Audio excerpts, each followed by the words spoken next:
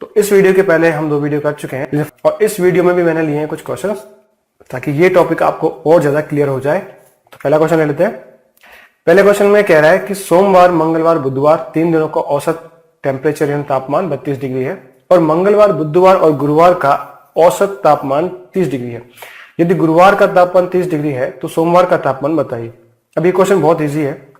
इस क्वेश्चन को जिस तरीके से हम सॉल्व करेंगे तो इस तरीके को आपको बहुत ढंग से सीखना है, एकदम आपको दिमाग में बिठा लेना है, क्योंकि आने वाले क्वेश्चन हम इसी तरीके से सॉल्व करेंगे बिना किसी फॉर्मूले के और बिना दिमाग पे जोर लगाए। ठीक है, तो इस तरीके को आप एकदम अच्छे तरीके से सीख लें। ठीक है, तो ये इसके ऑप्शन आ गए। अब देखिए इस क्वेश्चन को कैसे सॉल्व करना है। तो जो इसमें लिखा हुआ है सोमवार, मंगलवार, बुधवार, ये 3 दिनों का टेम्परेचर है 32 डिग्री है, तो टोटल टेम्परेचर कितना होगा? इस 32 को हम 3 से गुणा करके टोटल टेम्परेचर निकाल लेंगे। ठीक है, तो आगे की कार्रवाई फिर हम बाद में करेंगे। तो एक बार हम इसको लिख लेते हैं। तो यहां मैंने लिख लिया कि मंडे, ट्यूसडे, वेडनेसडे और 32 टेम्परेचर एवरेज में आ रहा है और टोटल 3 दिन है। तो जब हम इसको गुणा करेंगे तो हमारे पास आ जाएगा 96। इसी तरीके से मंगलवार, बुधवार और गुरुवार का टेम्परेचर कितना है? 30 डिग्री और इसको 3 से गुणा करेंगे तो हमारे पास आ जाएगा 90। ठीक है, तो इसको भी हम एक बार लिख लेते हैं। ये आ गया ट्यूसडे, वेडनेसडे, थर्सडे, 30 × 30 किया तो हमारे पास आ गया 90। तो अगर हम इस ऊपर वाले में से इस नीचे वाले को माइनस कर देते हैं तो हमारे पास क्या आएगा? यानी ये ट्यूसडे यहां से कट जाएगा और वेडनेसडे कट जाएगा यहां से।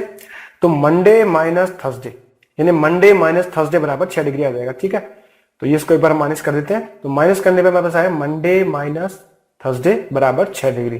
तो उसने थर्सडे हमें दे रखा है, यानी गुरुवार की उसने कितनी दे रखी है? 30 डिग्री। तो गुरुवार की जगह हम 30 डिग्री रख देंगे तो मंडे माइनस 30 बराबर 6। अब m निकाल लेंगे हम, क्योंकि जब ये 30 यहां पर जाएगा तो प्लस में हो जाएगा। तो m बराबर 6 प्लस 30 बराबर कितना हो गया? 36 डिग्री। यानी मंडे का टेम्परेचर था वो था 36 डिग्री। ठीक है, इजी क्वेश्चन था। अब आपको ये तरीका अपने दिमाग में बिठाना है, क्योंकि इससे ही हम आगे के सारे क्वेश्चन सॉल्व करेंगे। ठीक है, और वैसे भी इस तरीके से बहुत सारे क्वेश्चन जो एवरेज के होते हैं इसी कॉन्सेप्ट से सॉल्व हो जाते हैं। ठीक है, चलिए तो नेक्स्ट क्वेश्चन ले लेते हैं। इस क्वेश्चन में कह रहा है कि ABC का औसत वजन 84 किलो है। यदि D को भी शामिल कर लिया जाए तो औसत वजन 80 किलो हो जाता है। ठीक है, E का वजन D से 3 किलो ज्यादा है, जबकि BCDE का वजन 79 यानी 79 किलो है। तो A का वजन ज्ञात कीजिए। अब इस क्वेश्चन को भी हम जो भी पहले वाला क्वेश्चन का जो कॉन्सेप्ट डिस्कस किया उसी से सॉल्व करेंगे। ठीक है, तो चलिए देखते कैसे सॉल्व करेंगे। ये इसके ऑप्शंस आ गए। अब जैसे कि आपको मालूम है कि ABC 3 आदमी है और इनका वजन कितना है? 84 किलो एवरेज में। तो टोटल वजन कितना होगा? इसको 3 से गुणा कर देंगे। तो इसको एक बार हम लिख लेते हैं। ABC बराबर 84 × 3, क्योंकि 3 आदमी है और हर एक के पास 84 किलो वजन है, तो बराबर वजन कितना हो गया? 252। ठीक है, अब कह रहा है कि D को शामिल कर लिया जाए। यदि इन तीनों में अगर D भी शामिल हो जाए तो वजन कितना होगा? 80 किलो एवरेज में आना जाएगा। तो इसको भी हम एक बार लिख लेते हैं। ABCD, इस D को हमने शामिल कर लिया है और एवरेज में कितना हो गया? 80 किलो और आदमी हो गए 4, तो टोटल वजन कितना हो गया? 8 चौक 32। अब अगर हम इसमें से इन दोनों को माइनस करते हैं तो हमारे पास D का वजन आ जाएगा, क्योंकि ये यहां से A कट जाएगा, B यहां से कट जाएगा और C यहां से कट जाएगा, तो हमारे पास रहेगा D। यहाँ D का वजन हमारे पास आ जाएगा। तो अब हम इसको माइनस करते हैं। तो माइनस करने के बाद हमारे पास आया D बराबर 68 kg, यानी 68 kg का आ गया। ठीक है, अब ये कह रहा है कि E का वजन D से 3 किलो ज्यादा है। ठीक है, तो D का वजन कितना है? 68 और E का वजन कितना होगा? इसमें 3 जोड़ देंगे। तो जब 68 में यानी 68 में 3 जोड़ देंगे तो हमारे पास कितना आ जाएगा? 71 किलो, यानी E का वजन 71 किलो। यहां तक आपको कोई दिक्कत नहीं होनी चाहिए। ठीक है, तो चलिए आगे करते हैं। तो एक बार इस लाइन को दोबारा लिखते हैं यहाँ पे ABCD। तो ये है ABCD बराबर 80 में एवरेज आ रहा है और 4 मेंबर है। ठीक है, ओके, अब ये आगे कह रहा है BCDE का वजन कितना है? 79 kg। तो इसको भी हम लिख लेते हैं। BCDE बराबर 79 × 4, क्योंकि इनका 79 एवरेज में आ रहा है और 4 मेंबर है इसलिए। तो जब हम इसको माइनस कर देंगे तो क्या क्या माइनस होगा? ये B माइनस हो जाएगा, C माइनस हो जाएगा और D माइनस हो जाएगा, यानी A माइनस E बराबर आ जाएगा 4, क्योंकि इन दोनों को माइनस करेंगे तो 1 आएगा और 1 को जब 4 से गुणा करेंगे तो हमारे पास आ जाएगा 4, यानी A माइनस E बराबर आएगा 4। तो A माइनस E बराबर आएगा 4। तो E की जो वैल्यू है हमें दे रखी है यहाँ पर 71 किलो, हम पहले निकाल चुके हैं। तो E की जगह हम 71 रख देंगे। तो A माइनस 71 बराबर 4 और ये 71 जब यहां चला जाएगा, ठीक है, तो प्लस में हो जाएगा। A बराबर हो गया 71 + 4 बराबर 75, यानी कि A का वजन है 75 किलो। ठीक है, उम्मीद करता हूं क्वेश्चन समझ में आ गया होगा। वैसे बहुत ही इजी क्वेश्चन था। ठीक है, तो चलिए नेक्स्ट क्वेश्चन ले लेते हैं। इस क्वेश्चन में कह रहा है कि एक खिलाड़ी की 42 पारियों का औसत है 30 रन। यदि अधिकतम व न्यूनतम यानी मैक्सिमम और मिनिमम रन वाली पारियों को हटा दिया जाए तो उसका औसत रन 28 रह जाता है। यदि अधिकतम और न्यूनतम पारियों के रनों का अंतर 100 है तो बताइए कि पारियों में अधिकतम रनों की संख्या क्या थी। ठीक है, ये भी एक इजी क्वेश्चन है। तो चलिए देखते हैं इसको कैसे सॉल्व करेंगे। ये इसके ऑप्शंस आ गए। तो एक बार हम इसको लिख लेते हैं कि 42 पारियों में उसने कितने रन बनाए, 30 रन। तो टोटल रन कितने बनाए होंगे, तो 42 इंटू 30 हो जाएगा। ठीक है, तो एक बार इसको लिख लेते हैं। तो 42 इंटू 30 बराबर 1260 यानी 1260 आ गया। ठीक है, अब ये कह रहा है कि अधिकतम और न्यूनतम पारियों को हटा दिया जाए, यानी कितनी पारी हटेंगी, 2 पारी हटेंगी। क्योंकि 42 में से एक तो ऐसी होगी जिसमें सबसे ज्यादा रन बनाए होंगे और एक पारी ऐसी होगी जिसमें सबसे कम रन बनाए होंगे।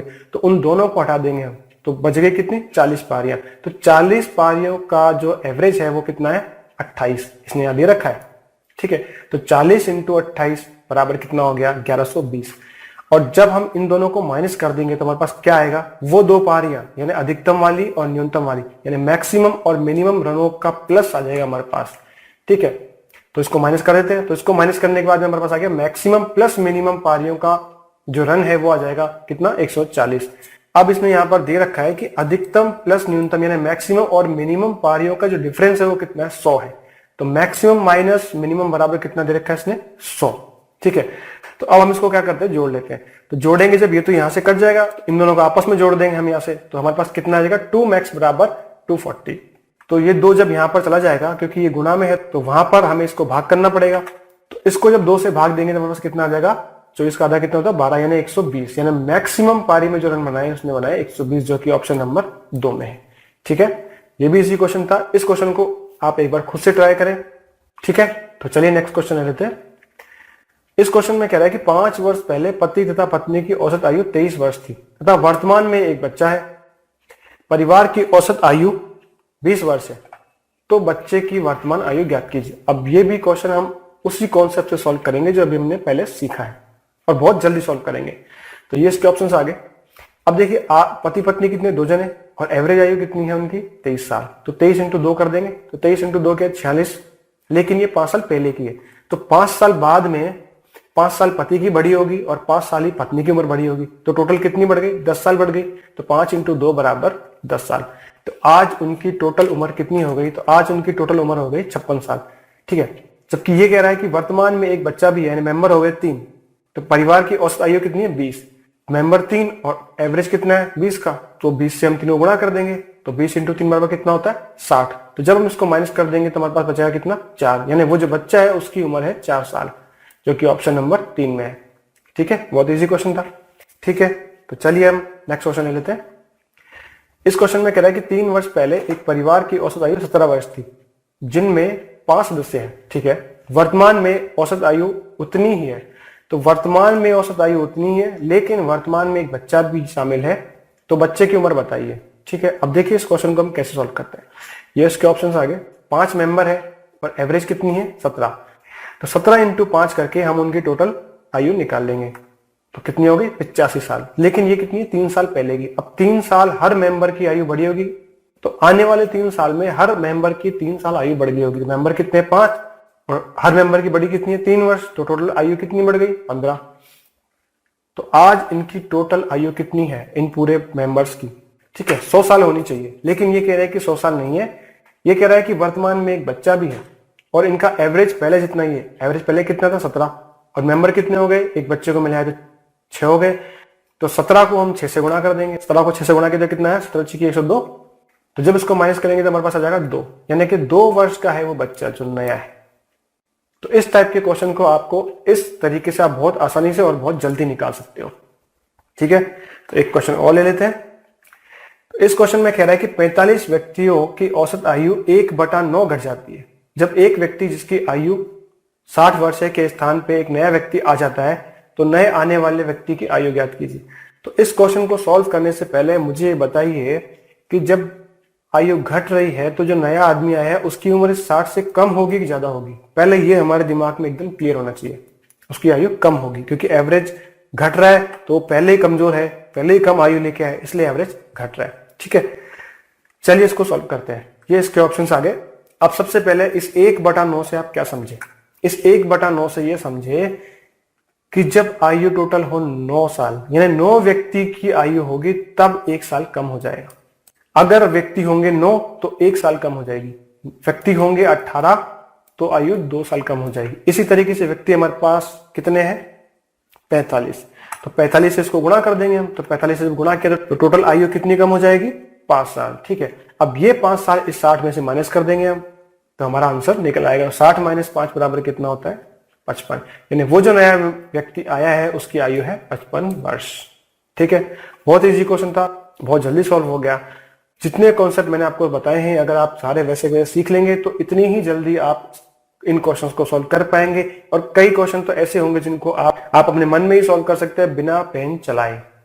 ठीक है, तो उम्मीद करता हूं कि जो क्वेश्चन मैंने आपको कराए हैं वो आपको समझ में आ गए होंगे। जितने कॉन्सेप्ट मैंने आपको सिखाया है वो आपको समझ में आ गए होंगे।